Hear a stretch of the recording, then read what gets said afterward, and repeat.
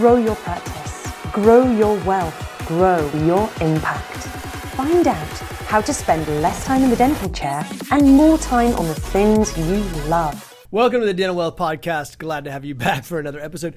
Hey, I saw something come through.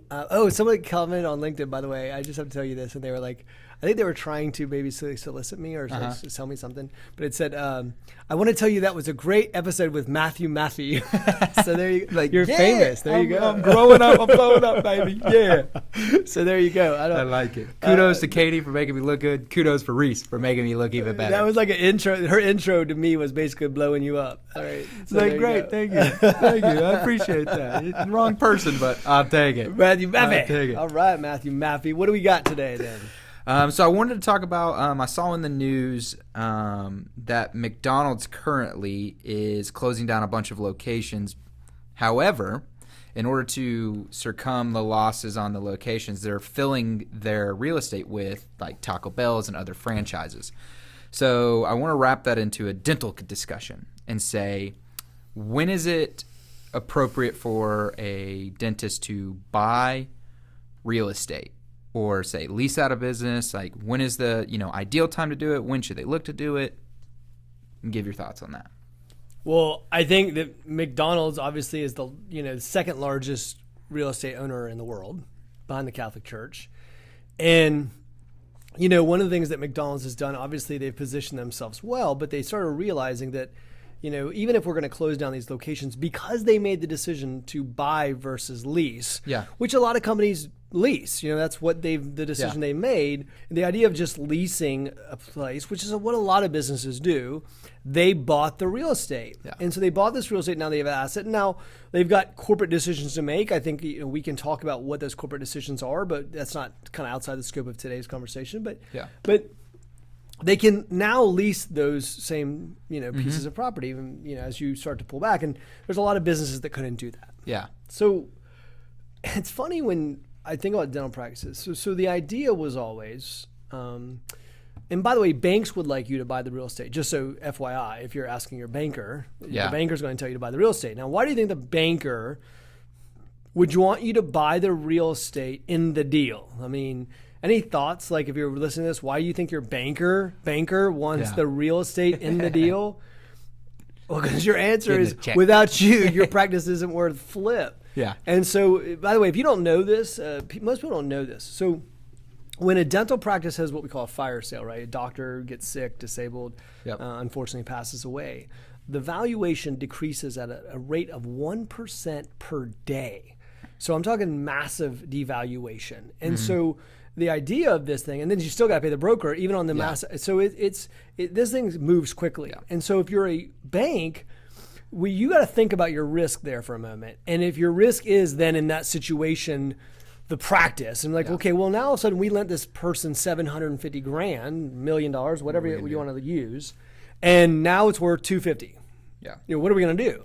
Now you're upside down. Well, there is something you could do. Own the piece of real estate. Because if you own the piece of real estate, that's not going to devalue even if the practice gets, the doctor gets sick or disabled. And so what ends up happening is bankers have pushed individuals to buy. Now, I'm not against real estate, so you got to hear me out. Yeah.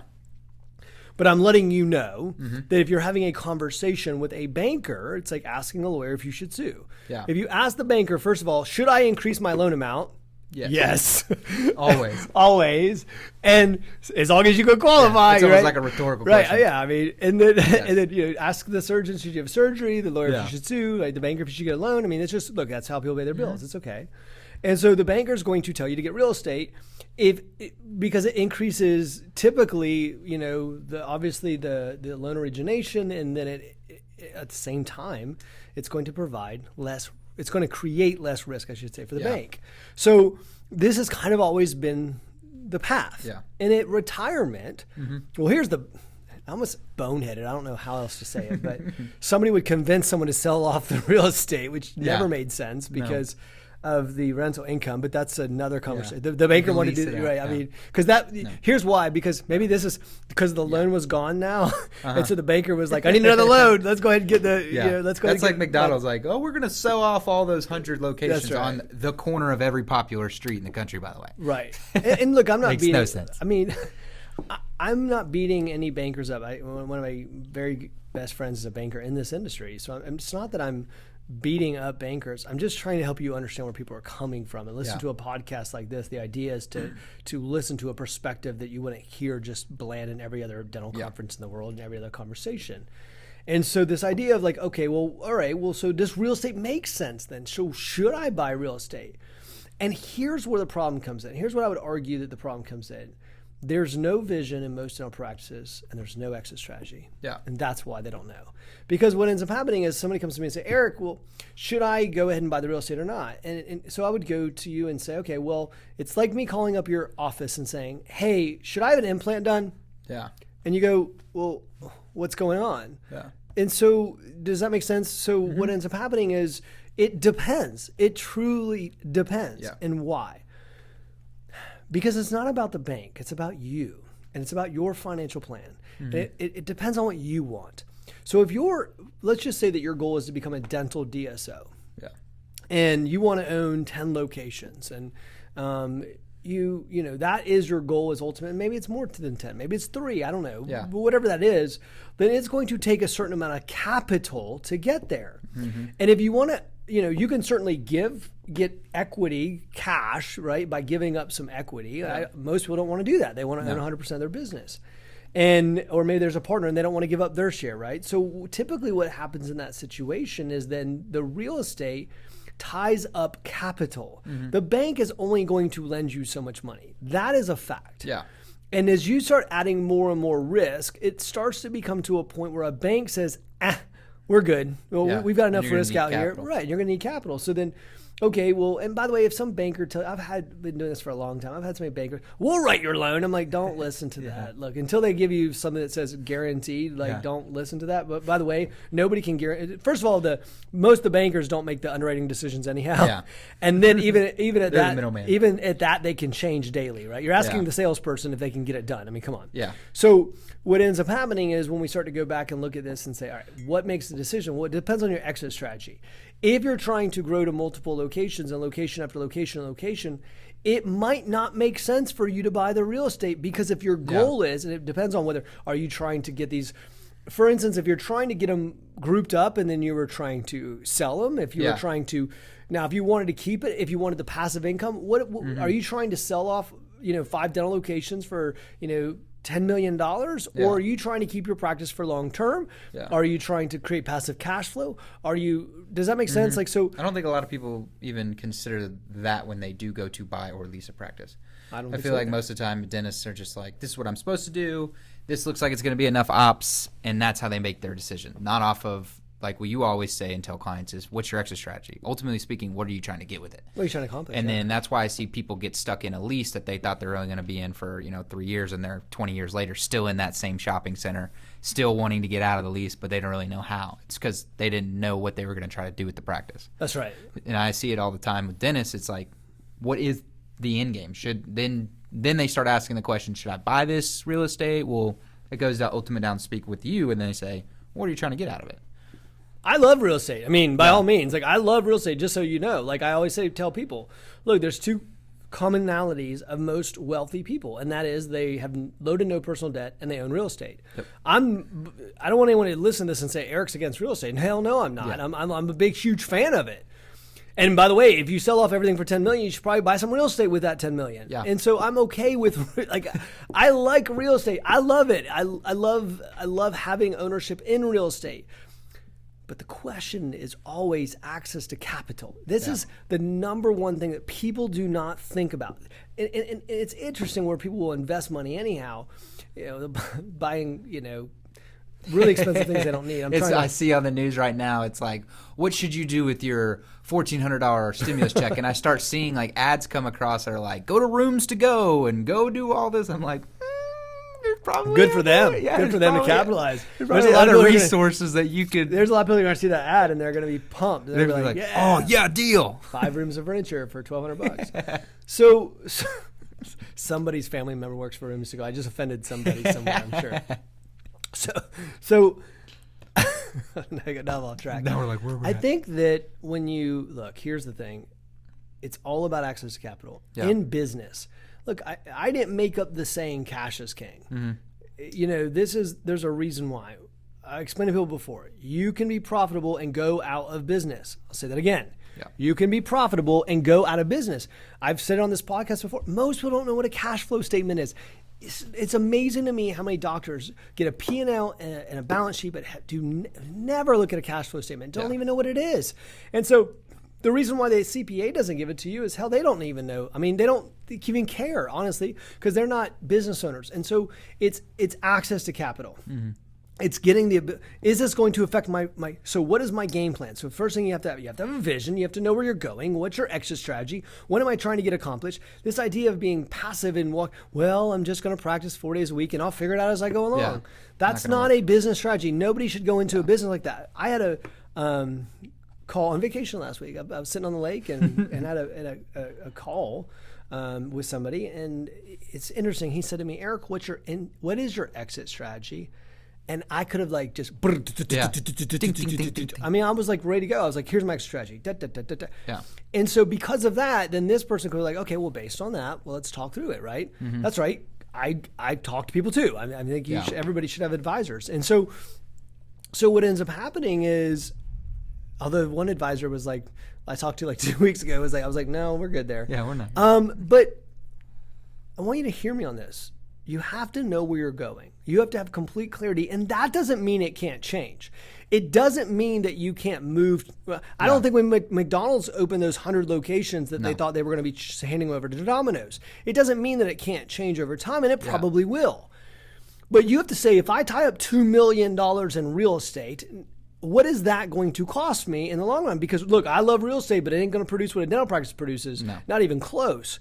And so while it's great passive income stream, and yes, but if your goal is to sell them all, group up. Look, I used to never want to have this conversation because I argued for years. Dentist, I just got a call yesterday afternoon. Hey, Eric, has your strategy changed?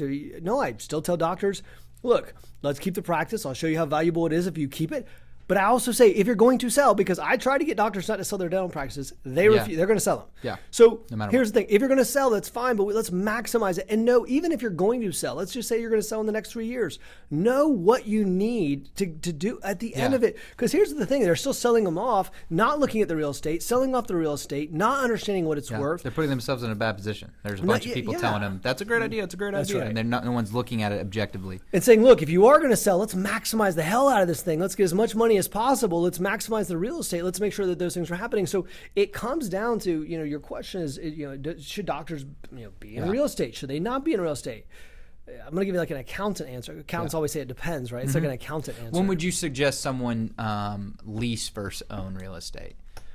I would because remember, here's the catch. If you're going to buy real estate, it is a lot of money. So now you're utilizing capital, okay? So when we utilize capital, we always look at opportunity cost. And this is going my MBA type answer, right? So we would look at the use of capital. So let's just say it's $250,000, okay? And we'd say decision one is $250,000 and it gets me to a piece of real estate. Decision two is $250,000, but it gets me into $1 million business. Yeah. Okay, let's look at the cash flows between the two. Which one is going to generate more profitability? Mm-hmm. Which one has higher valuation long term? And we start looking at these and go, well, if the practice would blow by the real estate, then right now, if I only have the option between the two because I only have $250,000, then I'm going to put the money into the practice. Now, if you keep doing that, then eventually, yes, you're going to have enough excess cash flow to be buying real estate. Well, someone says, yeah, but once I'm already leasing, maybe I want to buy maybe you don't. Yeah. But you can't sit there and look at everything you've missed because of the fact that you've made an investment. Yeah. We make decisions and we move forward. Yeah. And what ends up happening is to say, look, it's about return on investment. It's about efficiency. Yeah. I tell people all the time, I'm like, look, there's probably 5, 6, 7, 8 ways you can get to the same spot. Yeah. The question is which one's more efficient. The question is which one gets you there from a time perspective quicker. If one path is 3 years and the other is 23 years, it doesn't take rocket science. So we start to go, okay, what am I trying to get accomplished? So when we do that, when we get really laser focused in on what that is, and most people don't know, by the way, what that is, then we can get there really quick. Yeah. And real estate might be part of that. Yeah. It might be part of your strategy because we might be able to get the real estate paid off aggressively. Yeah. And then it might be a passive income source for the rest of your life, generational wealth. Yeah. But it might not. So if I'm leasing a space now and I'm looking at potentially expanding my business, what would your general thoughts be on either expanding to a piece of land and building a practice, or buying real estate, or just leasing out another facility? So you have basically 2 leases. Same concept, or it's just like, what's the opportunity cost? What's it look like? Opportunity cost. What does it make? And look, if your goal is, so let's just take the dentist who says, okay, I just want to retire. Yeah. And I want this much $22,000 a month of passive income. I need to sell my practice for this. I need to put this much into a retirement account. I need to put this much into real estate. You know, well, then that might be a great strategy. It might be a perfectly fine strategy. Yeah. And so you just go, okay, what do we need? By the way, I've had doctors sit in front of me who will say something like, how much do you need a month in passive income? Yeah. And they'll say something to me like $25,000 a month, and I'll do the math on what they've got currently, and I'll say, all right, you're at like 26.5. Yeah. So you're good. What do you want to do? Yeah, no, so right. Didn't think of it like that. So well, they didn't think about that because they weren't actually counting, right? They weren't actually looking at it. So when we go back and look at it, say, it depends. What are you trying to get accomplished? Are you trying to sell this whole thing off for $100 million? Are you trying to sell it off for $1 million? Are you just trying to get by? Are you trying to have passive income now? Do you need the capital? These are all decisions. This is why like your financial advisor and your CPA are not geared up to be able to have this conversation with you. Yeah. And so what ends up happening, and this is where the tragedy comes in, which is like, well, who do we go to? Well, probably people who are trying to sell you on bank loans, bigger bank loans, right? The who then you meet the banker basically puts you in contact with the real estate agent, right? And then the real estate agent says, it's a great time to buy. You got to buy. Someone said to me the other day, like, so actually this conversation I had last night, I was having a conversation with someone in the dental industry, and he said to me, well, Eric, what do you think about right now the idea that it's a great time to sell because there's inflated prices, okay? So I said to him, it's a bunch of horse shit. And I said, let me explain why. So it's still not looking at the numbers. Let me explain that. So if you have let's just say that your practice is worth $700,000 and you get to sell it for $1 million because that's inflated. Yeah. By the time you pay taxes on that other $300,000 and you invest it in an investment account, it isn't worth much. And so what ends up happening is if that person gives up the income stream of probably $300,000 to sell right now to get a little check, I mean, like chicken feed, then that doesn't make sense. Then some broker, some person, someone tried to convince you to sell because it was the right time. Don't you realize you're being sold? Like it's like go back to 2005. I remember 2005. I moved it from Sarasota, Florida. And I moved with the market was going crazy. It was like, and it was like $750,000 for like a house that was $200,000. Yeah. And then of course what ends up happening is that house goes from back down all the way to like $250 within the next 3 years. Yeah. Why? Because the damn house was never worth $250. Yeah. Excuse me, whatever over $750. It was only worth $250. So what ends up happening is we don't pay for things unless it makes sense anyhow. Yes, there is sometimes you're willing to pay a premium. I'm not saying there isn't. Yeah. And there's times when private equity is willing to pay a premium and maybe there isn't. Yeah.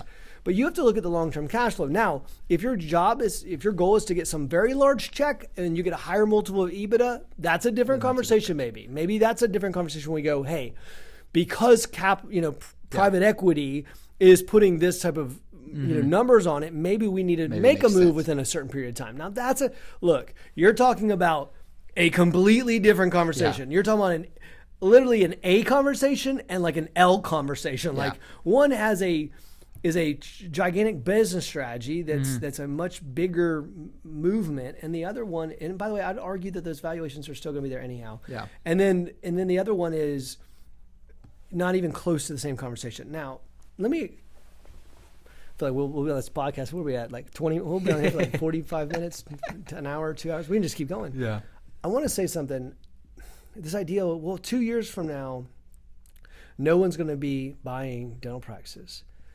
That's ridiculous. Yeah. It's ridiculous. I mean, we can timestamp this thing. It's ridiculous.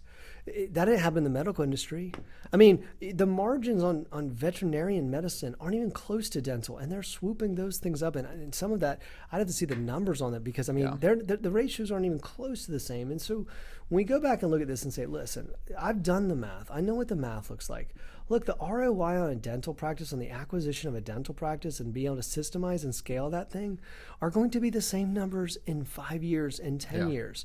The profitability's there. It's strong profitability. It's consistent. It's got a 1% risk rate.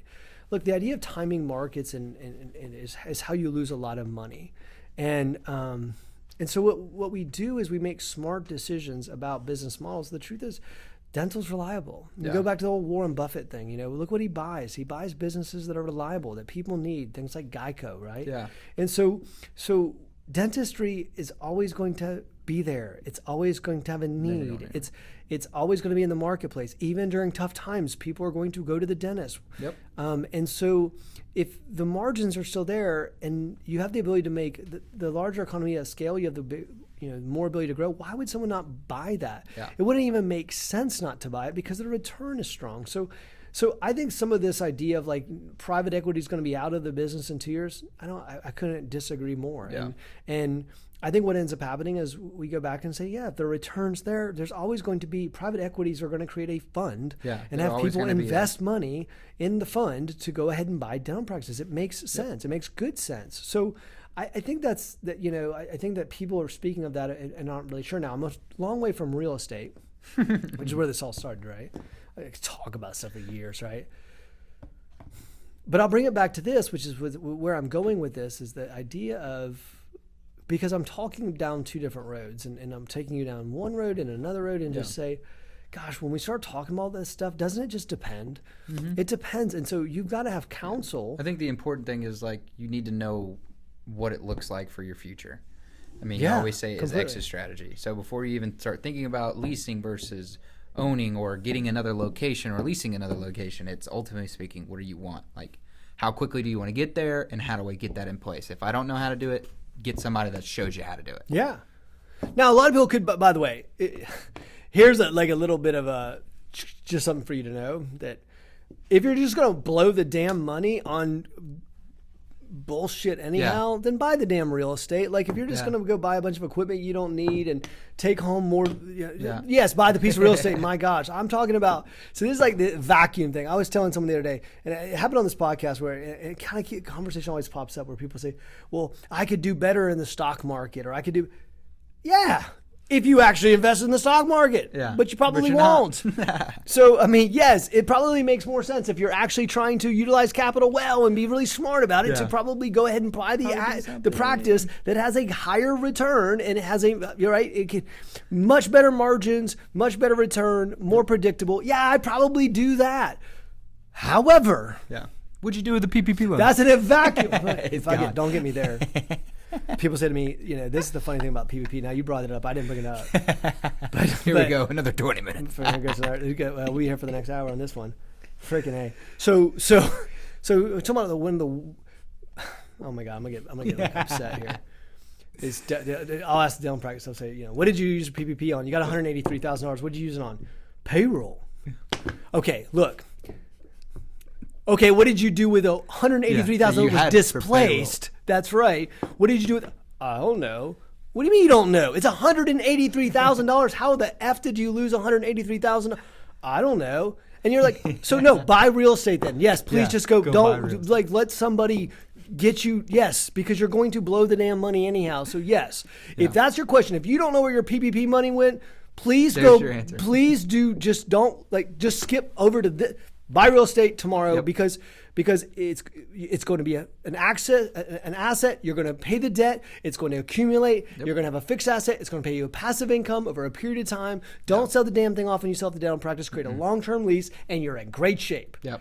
Ultimately, it's going to be your savings. So if you don't know where your PPP money is, please do me a favor and go buy some real estate, because I'm not talking to you. I promise you I'm not. Like, please go buy real estate.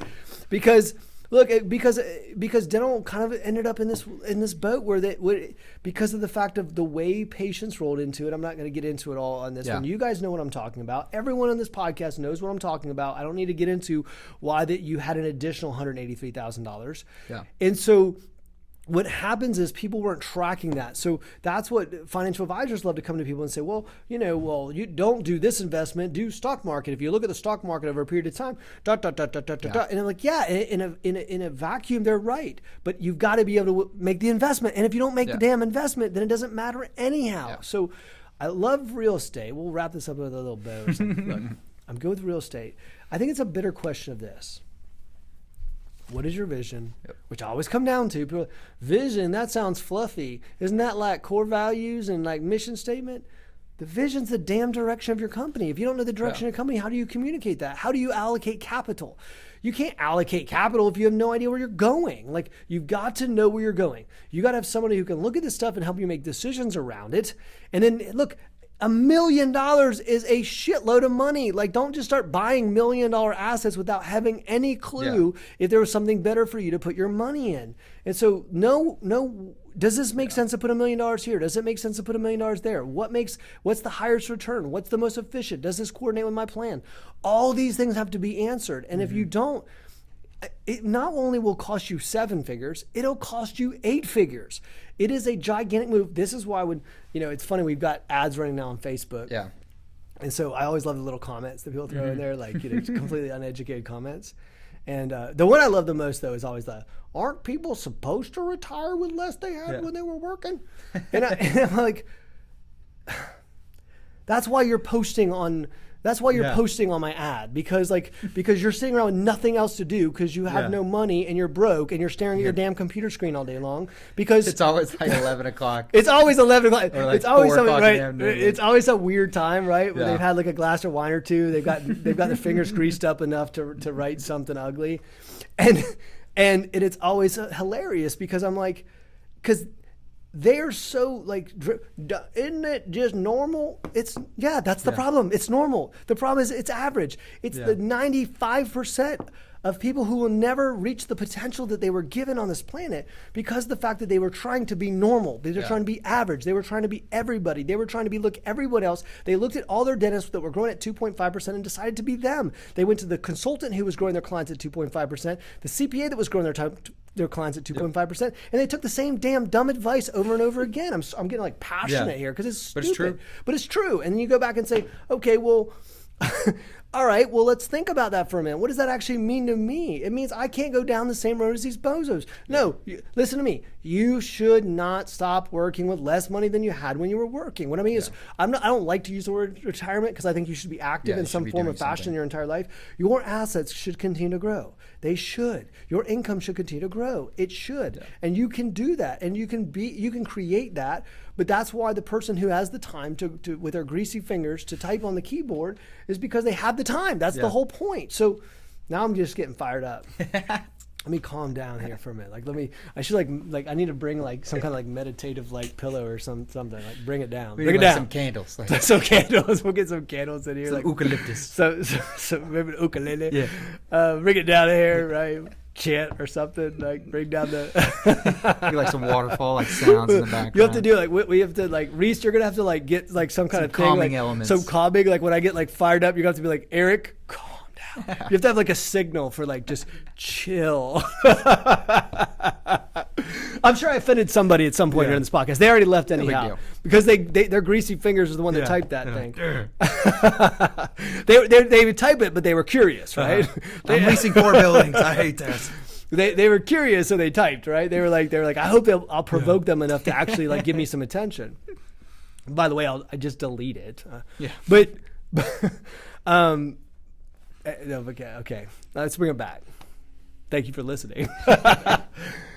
Look, it's just more complicated. The answer is, look, what happened at McDonald's is a complicated answer because the truth is, if you actually looked at McDonald's, of course, they know where they're going. They know what the margins are. They know what their KPIs are. They know how it affects them.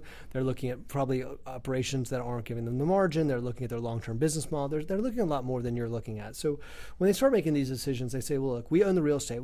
Should McDonald's have bought the real estate? Yes, but think about McDonald's. McDonald's had a long-term strategy. The idea of McDonald's wasn't to sell off to some other corporate brand within 5-10 years. The ideal of McDonald's was to create a national corporation and now an international corporation that lasted the test of time. So by that token, as long as they had enough capital, then they should go buy real estate, because there was longevity. If you plan on keeping your practice for the end of time, you might think about buying the real estate, because you're going to be there. If you're going to spend that much in rental income, yes, you should probably pay it to yourself. So yes, I absolutely think if that's your strategy, is to create a legacy type practice where you keep the practice forever, buy the damn real estate. You should, because if you're going to be there forever, yes, you should buy the real estate. But if you're looking at more building a dental DSO, something that's moving quickly and that capital is limited, then you got to consider whether that makes sense. And that's the conclusion on this, is it depends, and it's going to be on your business model and what you're trying to get accomplished. That doesn't mean we might not pick up real estate along the way. We might still have the capital. We might still have the capital to buy the real estate and be able to do the acquisition. So if we can do both, we'll probably do both. But it just depends. And so it just depends on what you're trying to get to. And it's a more complicated answer because everyone's situation is different. I had a doctor on the phone with me the other day, and he was asking me a very in-depth question. And I said to him, I was like, I can't do a procedure on you without taking an x-ray and examination. I don't have any data points. So what am I supposed to tell you? So I think what ends up happening is we have to get the information, we have to know what's going on, and there has to be some time around it. And with the right plan in place, you'll make the right financial decisions, which will put you in the right place, whether it's to buy real estate or not. You work with me, I will probably get you buying real estate at some point. I mean, I can't imagine not at some point. But it's going to depend on the timing of that decision. I think that's what's more important to take away is the timing of that decision, and where that places in your overall portfolio, financial life and financial portfolio. I like it. Breathe, Aaron, breathe. Thanks for listening. We'll see you guys next time.